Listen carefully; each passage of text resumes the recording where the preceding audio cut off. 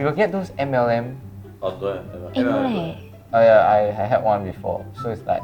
Wait, then the prospect ended up trying to sell you something. Yeah. Oh my god!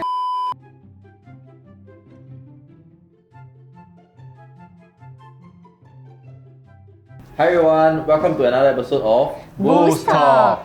So today I'm your host Joshua, and I have with me Jermaine and Joshua. I am another one.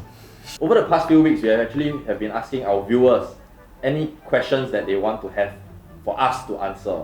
So over the years, I believe you guys have met with many different clients, faced with different scenarios, and faced with different questions. Yep. So what are some questions that your clients actually ask you guys? So some of my clients, they ask questions regarding like their lifestyle or like regarding like coverage themselves. But sometimes I also do receive like weird comments also. Yeah, or like weird questions also. We'll be beginning to answer your questions. So let's go. Okay, we go to more casual questions first. Okay. So I believe this is from one of your clients. So they ask, why do you look like JJ Lee? So the first question that we have is, what happens if I contract COVID and can I still get coverage? Wow, first question so serious already. Okay. So, long story short, the answer is yes. So as long as you didn't, contract any serious chronic illness that's going to last for a long time, you are definitely still able to purchase insurance. Yeah. I believe there are some exact details, like you have to test negative on your ART for about, I think, 14 days to a month after your COVID, and then you should be fine to just apply. Yeah. So moving on to our next question. So this question, I think Jermaine can answer it, alright? Because, all of us can answer it because we're all undergrads. We're all in uni as of now. So the question is it better to invest small now or a larger sum in the future? And why should I start investing currently in university? Actually, that's a very good question. And being an undergrad FSC myself, right, I actually receive a lot of these sort of questions also. So many of my clients are also still studying right now, and they always ask me like, hey, I want to start early. Can I start now? How much is the minimum to actually start investing? So why are we starting early? I think people our age, right, we want to like plan for retirement.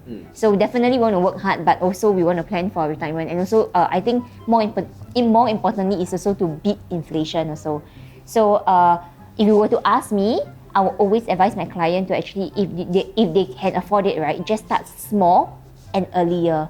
Because at the end of the day, if you were to compare like someone who like A, who's starting small, putting a regular sum, a smaller sum, as to someone who's starting 10 years later, putting in double the amount, at the end of the day, if you compare when they reach 65 years old, right, the one who has started earlier would eventually have more capital in their investment. Oh. Yeah. And let's say for Joshua now. Yeah. Why should I start investing in university? Why not after I work when I have a stable income? Why now in uni? Well, I believe Jermaine covered a little bit on it already. It's the power of compounding, and what fuels compounding is time.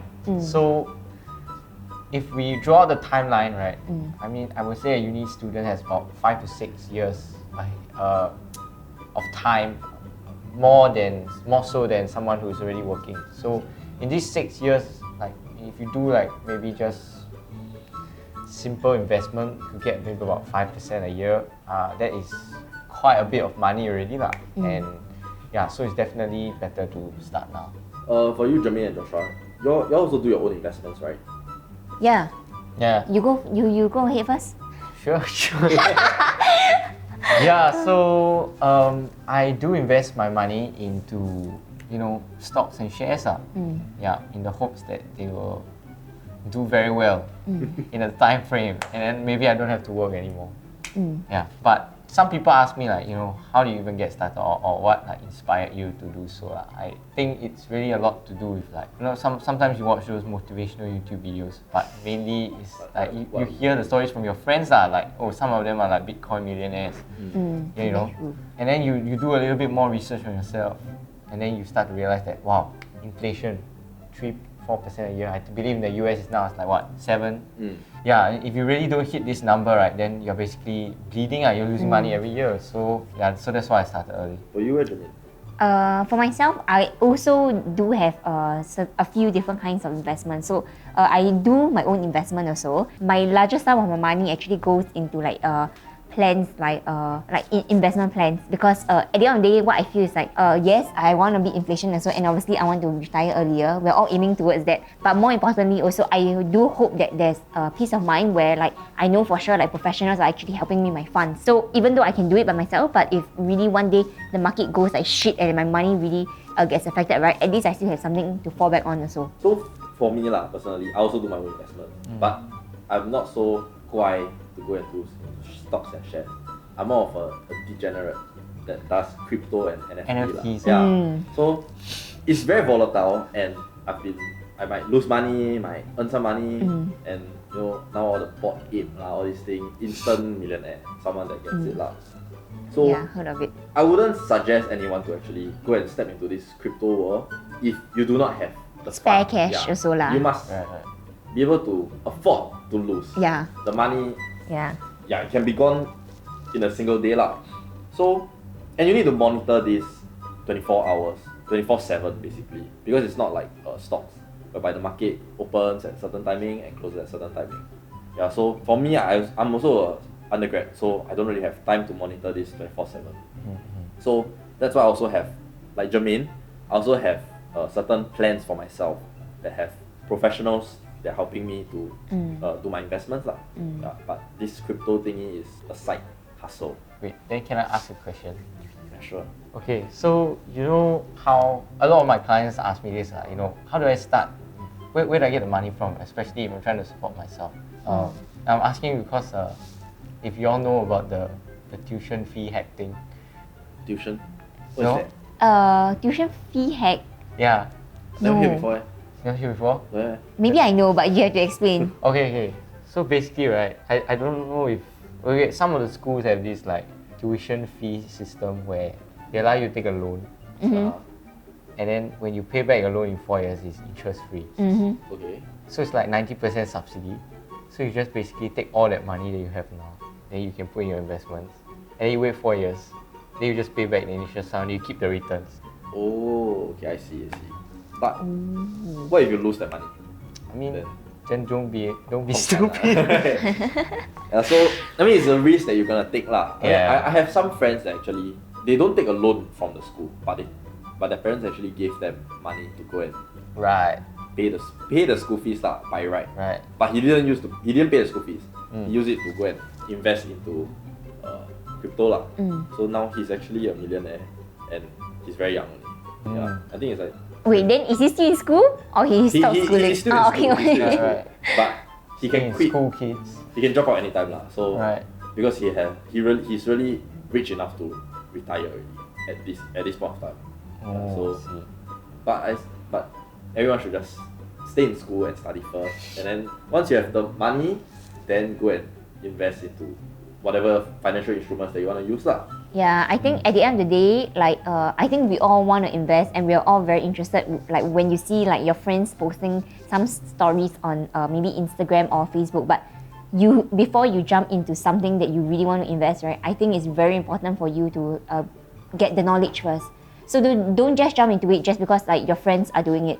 So you should understand the market and also like do your own due diligence before you actually jump into anything. Because at the end of the day, right, this actually also hard-earned money and like money that you save for a very long period of time. So you should always do your own research, and if your friends ask you to buy this, buy that, like don't just believe them lah. Go and research a bit in there, then go buy. Alright?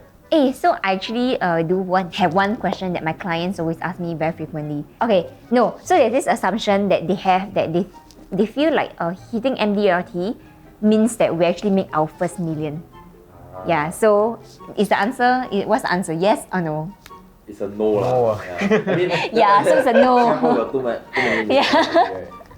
So Yeah. MDRT is just a It's just a title. Title. It's a title for and an hitting- award. Yeah, for hitting certain like Sales Yeah, you competency. basically hit like the year's target that the company has set, essentially. Yeah. So everybody that crosses this benchmark world have the title of MDRT, which has the name of $1 Million Roundtable, which is very misleading. They should make it $1 billion roundtable. I think that's Yeah, work until how long? Okay, then my next question is then, maybe because I mean we're still very young, so what do you think? Like, how do you think that maybe someone of our age can actually reach their first $1 million, or I mean, plan to reach their first $1 million? Okay, so from my own opinion is that you definitely need some form of stable income first of all, and secondly you need to do investments. Yeah, it's almost impossible to work like the stable income to hit 1 million lah. Yeah, so you need to have some form of investments or something like that. Because being a fresh grad, right, you confirm cannot earn 10k a month, 100k a year, 200k a year kind of salary, right? You at most maybe 30k, 40k a year. Yeah, so you really need to have the investments to push it up lah, to hit your first million maybe by 30 years old. Yeah. I think there's a few ways. So the first way is you have a rich daddy. Second way, buy Toto. Yeah, no, but what the other Joshua says is very, very true. Like, you need to have, like, stable income, a good job, first of all, and definitely you need to boost it up in some way through investments. And if you're young, especially, I believe you can handle a little bit more of a riskier type of investment because you have so much time to play with. Exactly. Yeah. So if you do something like, we're not encouraging you to do crypto, but like, along those lines, maybe start looking at new projects that could be the next big thing in 5 to 10 years. I think that's a good place to start. So the next question I have, right, which some of my clients actually do ask me is regarding their lifestyle. So have you actually met any client who actually come up to you and ask like, hey Joshua, I want to lead a certain lifestyle, but then yet like, will you be able to help me and guide me through reaching my $1 million goal? Maybe in the next 5 to 10 years. Alright. Yeah. Okay, then you, Joshua, have you met any clients who actually ask you this kind of questions? Yeah. Then what do you say? How do you respond to them? Okay, for me, I'm not a snake oil salesman, so I don't sell dreams. I like to think of myself as the guy who can assist you in reaching your goals, right? So I like to break it down into steps. So first of all, we must determine whether the guy's target is realistic, right? And if he gives me a very absurd number, then I will show him the absurd amount of money he needs to earn or the insane lifestyle he needs to live. So I believe I ran a calculation once. The guy said, I want $1 million in like 5 or 10 years. So I ran the numbers and I showed him, okay, this is how much you need to earn, this is how much you need to spend on expenses. And then he saw that number is like, nobody can do that. Then we're like, yeah, so you have to adjust your expectations exactly. Yeah. So things like that. But I think a lot of it also has to do with like motivation, which is like how you can help someone find their motivation to achieve their goals. So I think you really have to really like dig deep into your heart and know what you want and how much you want to sacrifice for it. Yeah, at the end of the day, I think like it's really hard work if you want to actually achieve like your financial goals. And you actually have, like what Joshua mentioned, right? Both Joshua's mentioned, you really have to actually be able to put aside certain lifestyle to be able to reach your financial goals also. Yeah, so what I tell my clients so is really more of like, we're here to assist you and to guide you to your goals in the future. But then again, we are also here to look at your current lifestyle. So if your lifestyle is really something not really sustainable, meaning to say like it's really not working towards the goal that you have, that you want to achieve for yourself, then it's also our job to tell you like, hey, I think you have to cut down on these certain expenses because it's not really like realistic for you to be able to reach your goal. So at the end of the day, it's really more of like your short-term wants and your long-term goals. So if you want, in short-term wise, you actually want to spend, you're willing to splurge, then this will affect your long-term goal. It'll be like, how do you say, it'll be a hurdle for you to actually reach your long-term. Yeah, will drag on longer. But instead, like if you are prudent and you save at the start now, then it's easier for you to reach where you want to go like in the future. Yeah, so that's what I normally say. Okay, so I believe some of our viewers want to know, what do you guys do in your free time? Okay, so in my free time, I study a lot. Don't bluff me, bro. Okay, I study moderately. Yeah, I hang out with my girlfriend. I play mahjong. Maybe do some of my own investments, my degenerate crypto investments. Degenerate crypto investments. In my free time. Yeah. So I'm not a very exciting person. I don't go out and play Yeah, sports same. and, I think so. Hang out, like go and drink, all these sort of things. Yeah, I mean, same. I exercise lor. Yeah, that's the only outdoor thing that I do. Other than that, I quite 宅男 lah. Stay at home quite often. Yeah. Okay. Yeah, I think for me, my free time meaning to say like studies is done, work is done. So I definitely don't study.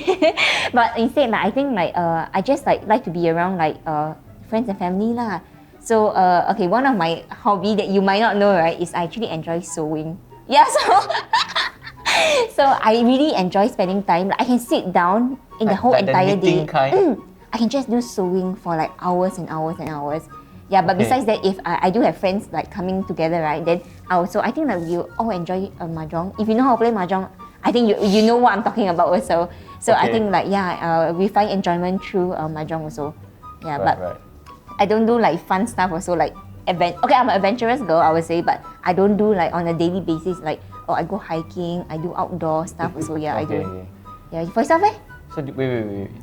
Okay, I'll what get the- about sewing? Okay. So do you like make shirts? No, I do make sure. So like sewing is really like how do you say, like the really cross stitching.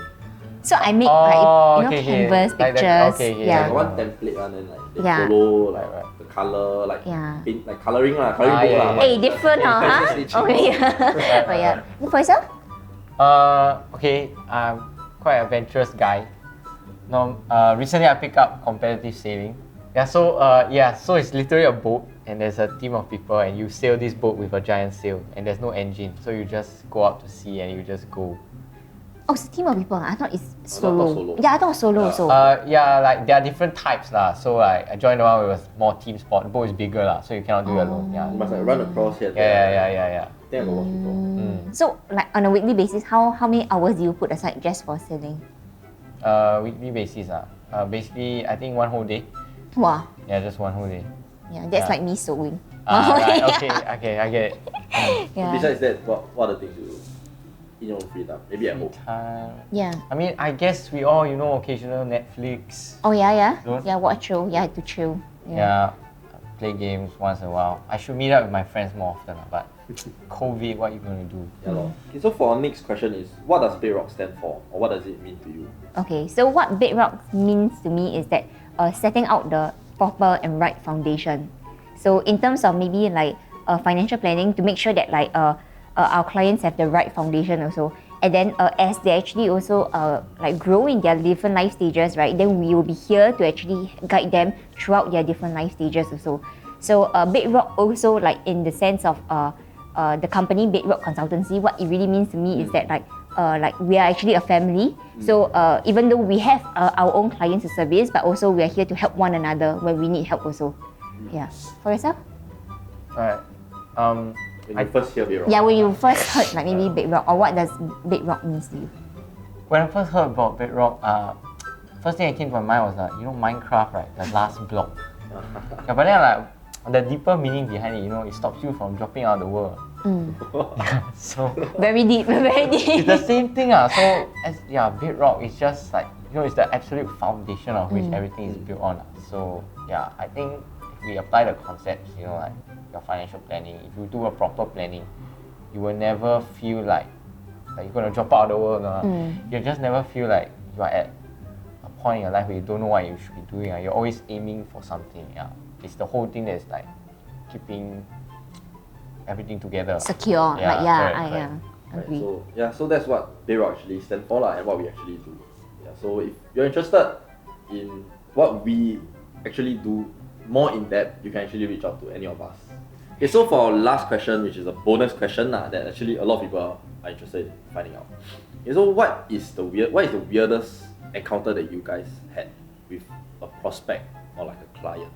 And what's the weirdest comment that you actually gotten from them that put you in a very uncomfortable situation? Yeah, okay. So there was this one time I was doing cold prospecting. So I was just calling people who basically clicked on advertisement. Yeah, then I landed this dude who was PhD student. Yeah. Okay. So he was looking for some kind of term plan, but like over the phone call he was very very like rude to me. What is it? He was trying to mansplain like a PhD and how it works to me, you know, like how you get awarded the PhD program and how it's like sponsored and all that stuff. And like basically he was like, oh yeah, you people will never understand this kind of thing. And then I was like, hold up, what? Yeah, then it's just, Wait, how do you respond? Like, I mean, Just, to be oh. nice. yeah, lah. lah, So, of course. But yeah. how do you reply in a very nice way then? And I just say, oh yeah, you must be very clever, very very good for you. Yeah, things like that. Yeah, so things like that really like, you know, get on your nerves. Yeah, but at the end of the day, like, you know, we have to be professional. So after that call, are you all still in contact or no Think contact? no lah. Okay. Right. Occasionally you would like, you know, message them for like the, you know, if you got any kind of promos here and there. Yeah. But you know, very very hard to talk to people like that. Like he's someone that you wouldn't want to be your client, someone you don't want to work with, correct? I wouldn't say I wouldn't want to work with him, but it's difficult to work A with bit people difficult. like that. I agree also. It'll be Yeah. difficult. Yeah, I have a few PhD clients as well, lah, and Right. they're not like that. They're like the nicest clients that you can actually speak to, lah. Oh. Yeah, they're very nice, very knowledgeable, and then they're not arrogant at all. Yeah, Right. they don't treat you like, oh, I'm a PhD student, this kind of things. Yeah, they don't lah. Yeah, we actually talk on a very neutral ground. They're not so, I think this guy was trying to make it clear that he was you trying to draw the line, lah. and then he was going overseas and things like that. He wanted to make it Was he very clear. local? I'm pretty sure it was local. Local. He sounded local, but he Oh. was just pursuing it in another country. You like have anyone or not? I got a lot, but Let's say Yeah. you will get those MLM. Oh, don't have. Eh, no leh.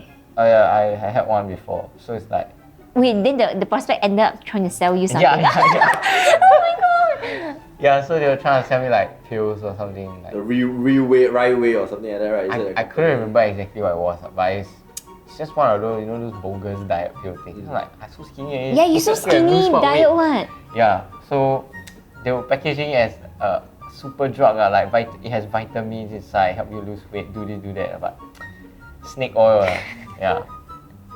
So that's another one. Wait, so you were actually trying to have a appointment with him, like a financial appointment. Yeah. Then ended up him trying That to sell you was that like reverse, you know. Reverse The selling. table just turned, yeah. So that was quite funny. Then how do you like I still how try do you to. turn the table back again? You just said, oh, that sounds interesting, but you know, let's get back on topic. Then you, yeah. Like, But did the appointment went through? yeah, I know it was quite successful. I think I managed to win in the end. But at the end of it, I think I was almost going to close the person, but towards the end, right, I think she decided that she suddenly woke up and then said, "Hey, I'm in the MLM," and then she left and then she changed her number, everything. Oh. Yeah. Oh. So yeah, she got say like, "Yeah, I'm not going to do this anymore. Sorry Oh. for disturbing," that kind of stuff. Yeah. So with that, we've come to the end of today's video. If you actually like today's video, carry on to follow our page because we actually have a lot more content in store for you guys. So don't forget to actually follow us on our Instagram handle and also Bedrock Consultancy page. And if you haven't watched the previous video, you can actually find it over here. Okay, see you again. Bye-bye. Bye bye.